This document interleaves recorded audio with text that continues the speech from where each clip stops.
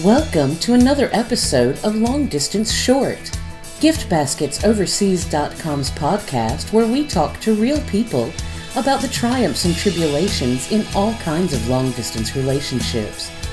Your host is Allie Winters, an international gift consultant who's found success in her own long-distance romances and friendships. And here's today's topic, love coaching. Does it work? Can it help you? Our guest is Bonita of lovecoachbonita.com. She started as a matchmaker, but now helps clients navigate the difficulties of love relationships, including long-distance relationships. Let's jump right in, Allie. Hi everyone, welcome back to Long Distance Short, your long-distance relationship podcast. Today I'm interviewing Bonita, who is a passionate love coach. Bonita specializes, as she says, in assisting intelligent, successful women to live a life they love with the love of their life. So, how are you today, Bonita? I'm wonderful. Thanks, Ali. Thanks so much for having me on your podcast. Yeah, I'm totally excited to learn more about relationships and your particular experience in matchmaking. Maybe we can start with you telling us about your background in your true passion, which was matchmaking in the first place. Yes, so definitely. I mean, I started my journey in the love industry 11 years ago. So I was a successful female in the corporate sector, and I really was struggling, to meet the right people.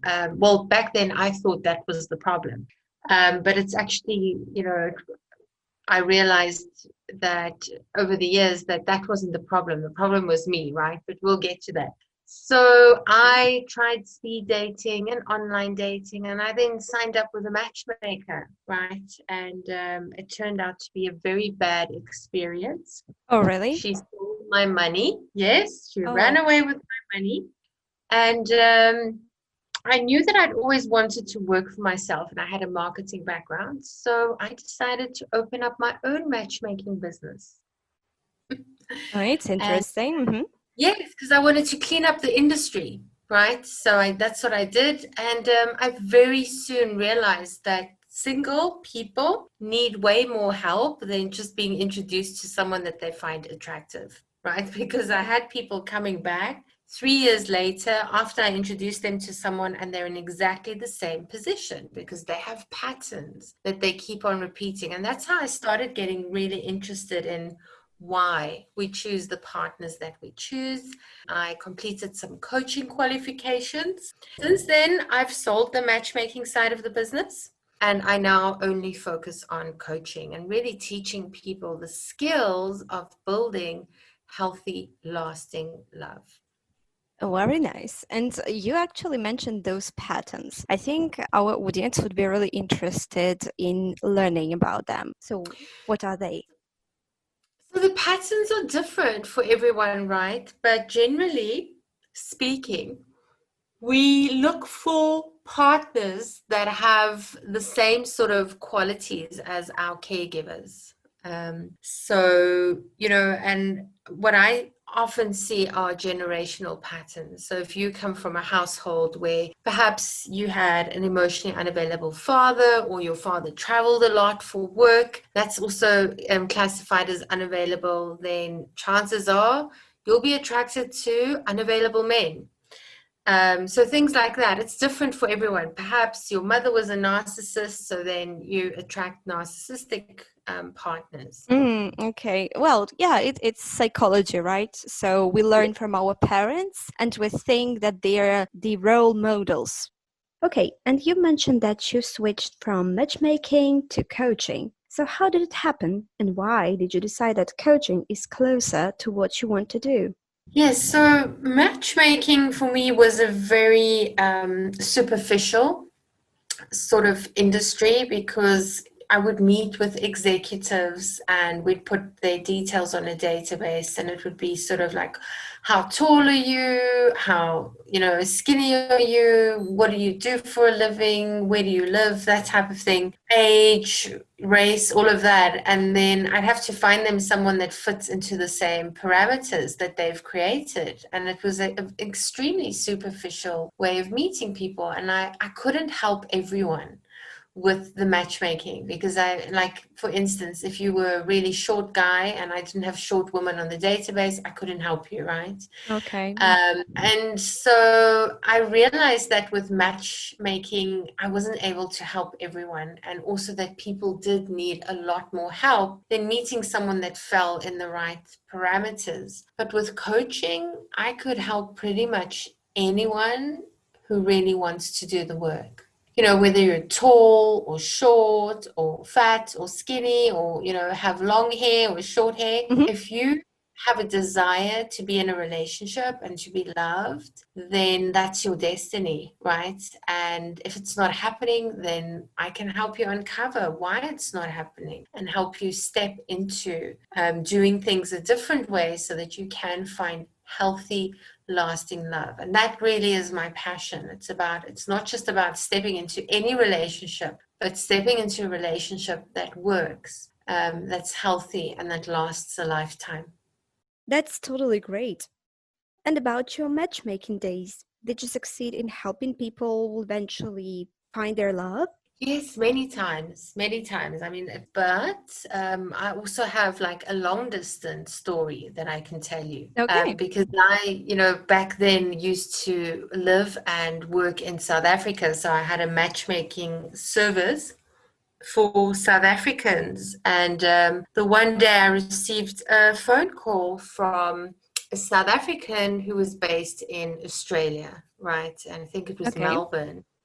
And his name was Dave, and Dave just said to me, you know what, I've just divorced my wife 2-3 years ago. We were married for 20 years. As South Africans, we moved over. And he just mentioned that he was really struggling with Australian women, and he wanted to meet a South African woman. It was strange because obviously Australia and South Africa are miles and miles and miles apart. And he actually convinced me to take him on as a client. And, I treated it very differently. So I arranged his dates via Skype. And I think it was the second woman that I introduced him to. They fell madly in love. And they had a couple of Skype dates. They were flying back and forth. And she had children in school here. And his kids were already done with school. And the next I heard, she was just waiting for her daughter to finish her last year of school. And then she moved over, and she and her daughter moved over, and they are now both happily married and in Australia. I mean, this was 8 years ago. Okay, nice. Yeah, so I think that's a long distance story that probably, I think it's a fairy tale. I think it's a beautiful story. So yes, long distance relationships can work, but they also can't work, right? What's the best way to send beautiful bouquets and luxurious romantic gifts around the globe fast? Today's sponsor, RussianFlora.com. With thousands of flowers and gifts to choose from, and the best round-the-clock service in the world, as well as protection from scams when you order, the choice is clear for international flower delivery. Send your emotions over the oceans with RussianFlora.com. Of course, nowadays, a long-distance relationship, especially during the pandemic, is something natural, right? But if we go back, so maybe 9-10 years ago, do you think it was different? And do you think some people can go with it and some people just cannot go with it? Does it suit every person? Well, I mean, if you talk about 5-10 years ago, I think the world has obviously become so much smaller. Like 5 years ago, no one knew what Zoom was, right? Absolutely. And the sound on Skype was horrific. So technology's changed. Flight tickets were cheaper. The world was getting smaller and smaller, and traveling wasn't such a luxurious thing anymore. You know, everyone sort of started traveling. So definitely there's huge difference, because there's used to be easier scope to get to each other or to see each other daily. But I think a long distance relationship, you know, there are no rules. There are absolutely no rules. It's all dependent on what it is that you're looking for, and what it is that your partner is looking for, and what your attachment styles are. You know, I spoke to a woman yesterday who's been single for 10 years. And, you know, she said to me, I don't know if I can deal with someone in my house. Like, I just want to see them once or twice a week, you know? Well, yeah, there are some people like that, so no wonder. Mhm. Yes.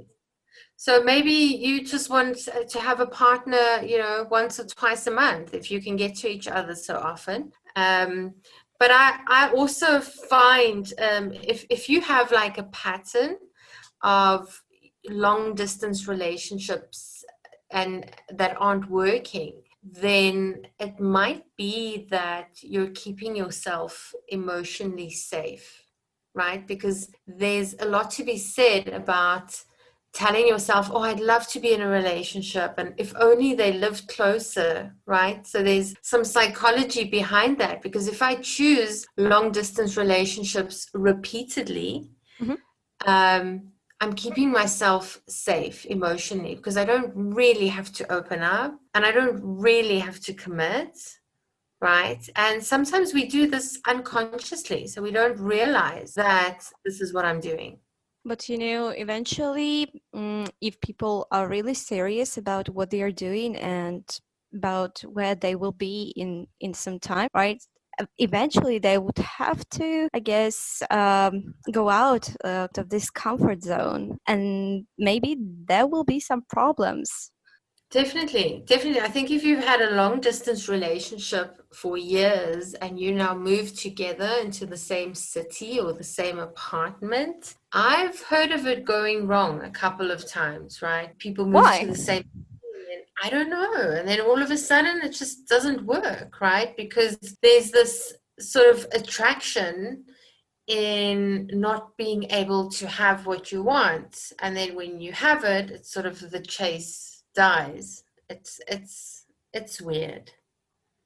Okay, so eventually, some people can do long distance relationships. Some people just are not ready for relationship at all. That's what you say. Like maybe you need to work on yourself first.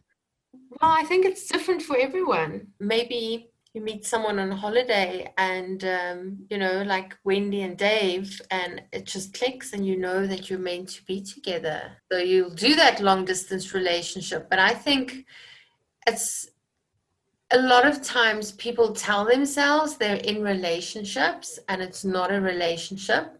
I think it's only a relationship when you both know that you're committed to each other, Hmm. right? Okay. That you're not dating someone else. And if there's a future plan to live together or to get together, Yes. that Yes. That's that means a healthy long distance relationship. okay. So we are talking about now healthy and unhealthy long distance relationships. So maybe you have a couple of stories upon your sleeve. Yes, I mean, I had a couple of long distance relationships myself before I got married the second time. Although, you know, I've been with my husband now for 10 years. But I remember a relationship with someone that was like just a 3-hour flight away.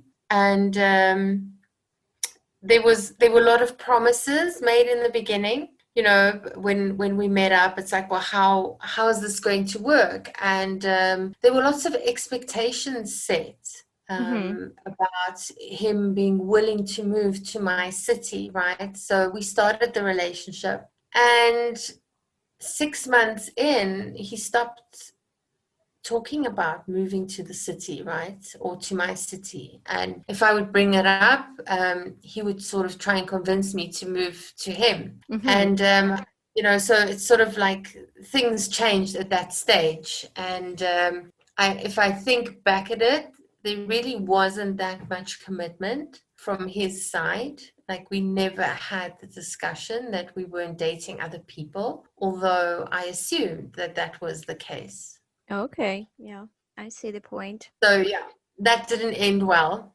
And then I also remember dating someone that was like 2 or 3 hours drive away. And that worked for a while, but I don't think we were meant for each other. So, I mean, my own long distance relationship stories aren't all that successful, but I've seen it work for other people. Was it the same problem?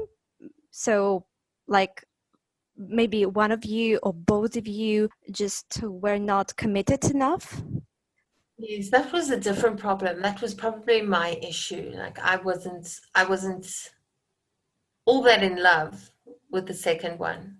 So it wasn't the distance really. It was about more. And I think that's why there are no rules, because it's always a different situation. People are so different. We can't put people in boxes and say, yes, long distance relationships work, or no, they don't work, right? It's so dependent on the two individuals. What's the timing? Which stage of their life are they? How besotted are they with each other, right? How crazy are they with each other? Can they live without each other or not? And all of those things need to be taken into the equation when we think about whether it works or not. These are facts, really. We just cannot make some pattern. And you also mentioned the emotional unavailability. So there is some psychology behind it. If, for example, a friend of mine wants to meet somebody and they want to know that this will end in a healthy long distance relationship, how do they know that this partner will be emotionally available? Let's call it so. I think that's a great question. So we know whether someone's emotionally available if they make us feel safe, right? If we just sort of know where we stand with them. Yeah. And I think always a really, really good test to know whether the relationship will work is that you need to have an honest conversation with yourself and ask yourself, how committed is this person to their own growth and development, right? That's the idea. Mm-hmm. And how committed is this person to making this relationship work? So How the can two we elements. check? Yeah, how can we check the second one? So how can we check that this person is committed? Well, they want to spend time with you. So they're making plans to see you more, and they're talking about the future. Mm-hmm. I think that's always Openly, right? Mm-hmm. yes, talking about the future, planning holidays together, inviting you to family holidays, talking about how we're gonna get together. Okay, yeah, less me and more like us together. I'm asking because some people just don't feel that this is something really obvious. I think that we need to be really careful, because people think if I've been on a couple of dates, or we've spoken on Zoom, or we've spoken on the phone for 2 years, like we're in a committed relationship, and that's how people get hurt. Like, you only know you're in a committed relationship when you've had that discussion and you're both under the same impression. So the rules are simple. Both people should be committed and both should be prepared for that. Do you think that emotional matureness, if we can call it so, do you think that matters? I think emotional maturity matters for any grown-up, right? Otherwise, you're going to go through life very completely triggered states. So, always being triggered by things happening and going wrong, because things go wrong in long-term relationships. If you can't get someone on the phone, and you need to be able to trust someone. So yes, definitely. It plays a role in every aspect of our life. The only thing that's really important in any relationship, whether it's long distance or short distance, is how this person makes you feel about yourself, and whether, I think we should always be really, really certain about following or reading a person's actions more than their words, right? Because I think, especially when we're in a long distance relationship, we rely very heavily on what the person is saying to us. Oh, yeah, of course. And because that's all we have, right? We don't see actions. And, a person's actions always say so much more about them than their words. So actions, not words, even if it's long distance, people need to make a plan to get to you and to see you and to be with you. I have a 5-day challenge that's coming up at the end of October. It's for women, unfortunately, but I mean, men can join if they want, although I don't think they'd learn that much. Maybe they'd learn about how women operate, but it's called Unlocking Lasting Love Without Relying on Online Dating. And it's 5 days, 40 minutes every day. And, I guarantee you a breakthrough. Every single day, you're going to learn something amazing about love and why you're single and why relationships aren't working. Yeah, I think this will be really useful. And I will leave all the links in the description and, of course, in our transcript at the end of the podcast. So you will see it. Everything will be there. Okay. Thank you so much, Bonita, for the very nice and useful advice and your philosophy. I hope this episode was very, very useful for all of our listeners. And of course, we'll see you again in a month's time. Bye-bye. Thanks for listening to Long Distance Short, GiftBasketsOverseas.com's podcast with real people in real long-distance relationships. Make sure to subscribe and keep tuning in for a new episode every month. If you have any questions or ideas for a future podcast, make sure to drop us a line at podcast@giftbasketsoverseas.com. That's podcast@giftbasketsoverseas.com.